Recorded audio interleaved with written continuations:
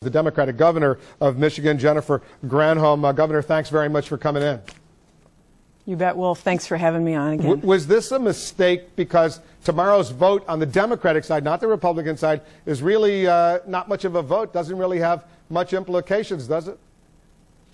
Well, I think it was a mistake on the part of the Democrats who pulled their names off the ballot. It's very disappointing. You know, Wolf, we've got the most challenged economy in the nation. Can you blame a state like Michigan we've lost hundreds of thousands of jobs due to the policies, frankly, supported by the Bush administration. We wanted to be relevant in this election. We said if any others were going to break the cycle and move up, we would too. And when we do, we have candidates who actually pulled their names off the ballot. We put everybody on, and they pulled their names off. It's very disappointing. But it's only really a beauty contest because the Democratic National Committee, Howard Dean and company, they say you're not going to have any delegates that will actually be able to determine who the Democratic nominee is if it comes down to a brokered convention, let's say, right? Isn't that what you're understanding? Well, I mean, look at Florida and Michigan. Both have the same issue. Do you really think that the Democratic National Committee can afford to lose all of those delegates? That's what they say. They say they're going to do that. Well, I understand that they want to protect the privileged status of Iowa and New Hampshire.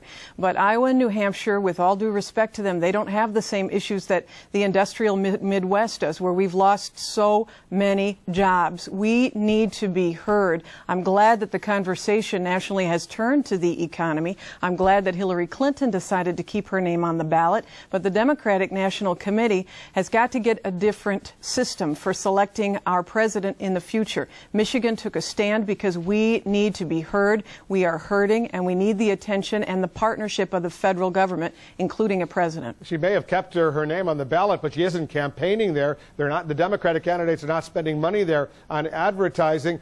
With hindsight, what would have been so bad for Michigan if you would have been part of that February 5th Super Tuesday?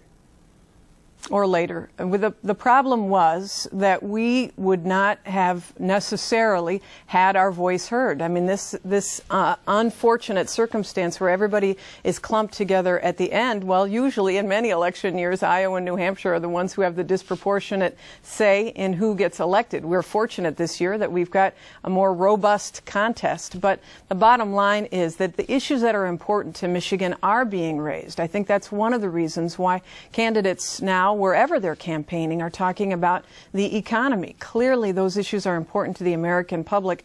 Boy, here in Michigan, I can tell you, we're mad as hell. We are mad as hell at these unfair trade agreements that have not been enforced by the Bush administration. We are mad that we don't have a partnership out of Washington. So we need to have that attention, and we need it early. Here's what a lot of Democrats are worried about. Michigan is a pivotal state, a very important state in the national election next November 4th, and you've got a whole bunch of Republican candidates right now appealing to Michigan voters. They're all there in droves. The Democrats basically boycotted Michigan. Are you concerned that this is going to hurt the Democrats, the Democratic Party, whoever that Democratic candidate is, in November?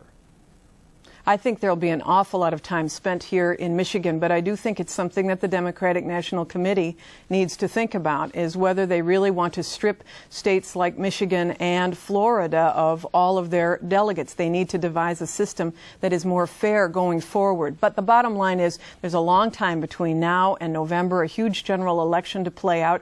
You'll see these candidates here in Michigan, and I think you'll see them in Florida as well. Your fellow Democrats can show up and vote for Republicans tomorrow if they want. You think a lot of them will? I don't know. I can't tell you. I know that the last time this came up, there was some mischief that was played in the primary. I think that's one of the reasons why McCain was elected here last time. There was a lot of crossover vote.